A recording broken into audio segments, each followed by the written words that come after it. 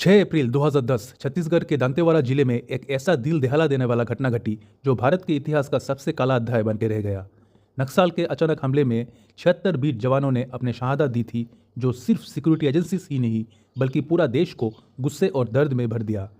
ये घटना से पहले मार्च 2007 में छत्तीसगढ़ में माओवादी संगठन के आतंकवादियों ने दंतेवाड़ा के चिंतालनर में 55 पुलिस वालों के बेरहमी से हत्या कर दी थी और फरवरी 2010 सील्दा कैंप अटैक में ईस्टर्न वेस्ट बंगाल बॉर्डर में माओवादी 25 पुलिस के जवानों को आग लगा के कैंप समेत जला डाला था।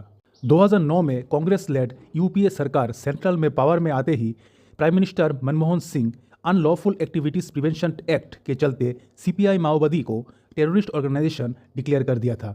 रेस्पॉन्स में इंडियन पैरामिलिट्री फोर्सेस पूरा रेड कॉरिडोर में ऑपरेशन ग्रीन हंट लॉन्च कर दिया। ऑपरेशन लॉन्च के साथ ही सितंबर 2009 में कोबरा बटालियन ने स्टेट पुलिस फोर्स के साथ मिलकर पहला ऑपरेशन में 30 माओवादी को मार गिराया था। अब चलते हैं 6 अप्रैल 2010 के दिन के घटनाक्रम की ओर। सुबह 5:30 बजे सीआरपीएफ बटालियन के 200 जवान जो सारी रात रूटीन ऑपरेशन में था, वो अलग अलग मिनी कॉन्वॉय में अपने कैंप लौट रहे थे। इन्वेस्टिगेशन रिपोर्ट में लिखा था तालमेटला एरिया में कम से कम 300 माओवादी फाइटर्स एम्बुश सेट किया प्री प्लान तरीके से लैंड माइंस के साथ, जो सीआरपीएफ के रेगुलर बेस रिटर्निंग रूट था। 2 लैंड माइन ब्लास्ट करके जवानों के माइन प्रोटेक्टेड व्हीकल्स को पहले उड़ाया और बाद में अंधाधुंध फायरिंग करके कैजुअलिटीज बहुत हाई करवा दिया। इस घटना का बहुत बड़ा physical, mental and economic repercussion हुआ पूरा देश में, जो कि एक तरह के सेटबैक था गवर्नमेंट और इंडियन फोर्सेस के लिए, जो रेड कॉरिडोर के ईस्टर्न फ्रंट को नक्सल मुक्त करना चाहता था ताकि मिनरल रिच ये रीजन सच एस आयरन, कोल, बॉक्साइट, मैंगनीज एक्सट्रैक्शन के लिए इन्वेस्टमेंट ला सके कंपनीज सेटअप करके। उस एरिया में एनएमडीसी लिमिटेड का सबसे बड़ा आयरन ओर था जो सुरक्षित नहीं था। साथ में Essar steel limited $1.5 billion steel plant का इन्वेस्टमेंट की तैयारी में था।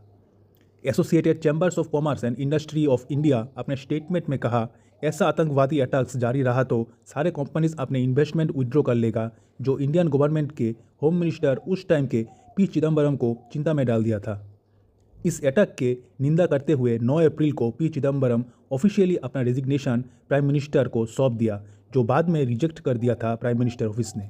सीपीआई एक्टिविस्ट करतम जोगा को इस अटैक के मास्टरमाइंड बता के 14 सितंबर 2010 को अरेस्ट किया गया, जिसको एमनेस्टी इंटरनेशनल ने कॉन्डेम करके कंट्रोवर्शियल बना दिया था।